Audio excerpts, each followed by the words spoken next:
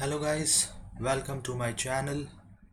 So in this video we will be discussing why speed through water is used for collision avoidance. This is a very common question asked in orals and this is one of the favorite question.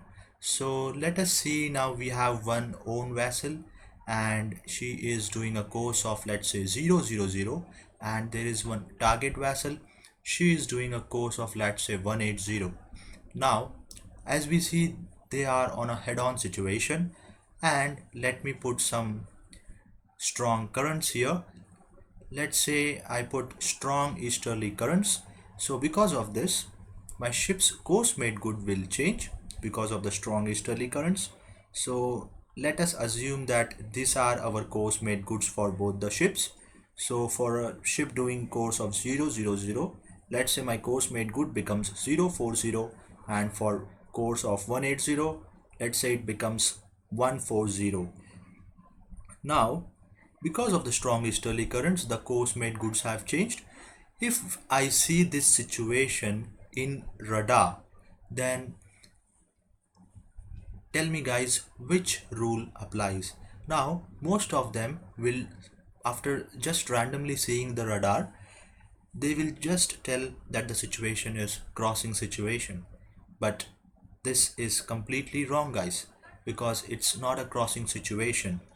This is because collision avoidance rules and situations are based on how we see the ship and not on how they are moving.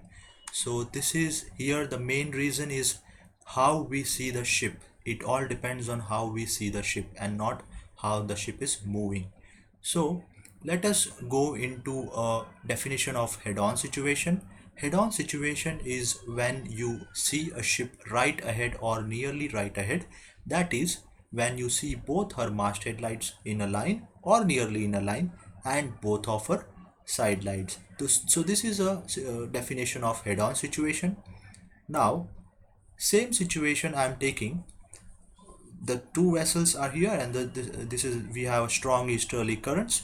Now, because of the strong easterly currents, my course made good is changing, and as you can see, from this position to this position and this position to this position, and then more further, the headings are all same. If you see this, though the course made goods are changing, but the headings are all same.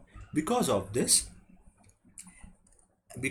I have explained you that it all depends on how we see the ship. All the actions to be taken depends on how we see the ship and not how the ship is moving. So this is the reason the headings are same. So tell me guys, now just imagine, will the definition of head-on situation as we saw fit into the above situation? Yes, it will. If we see a radar, it will give us a false sign that situation is a crossing situation, which is completely wrong. So this is because the radar would be showing us the course made good of both the ships, and because of this we think that it is a crossing situation, which is completely wrong. So to tackle this situation, therefore, we use speed through water in radar, as it does not consider effect of current on the vessel. So this is the reason, and this is the main reason why we use speed through water for collision avoidance. And one more thing, whether it is course over ground or speed through water, whatever you set in radar, the CPA and TCPA would not change at all. So this is one of the important things to remember. The CPA and TCPA will always remain same, whether it is course over ground or speed through water. The only important thing is the speed through water, because we are interested in the headings, how we see the ship.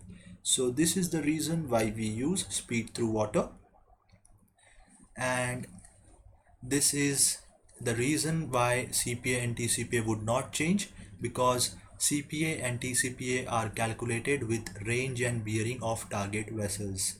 So it all depends on range on bearing. If you know radar plotting techniques, So the CPA and TCPA, that is the reason CPA and TCPA do not change, whether it is speed over ground or course over ground.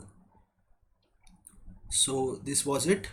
If you like this video guys, like, subscribe and comment and tell me how you felt about this video. Thanks for watching guys.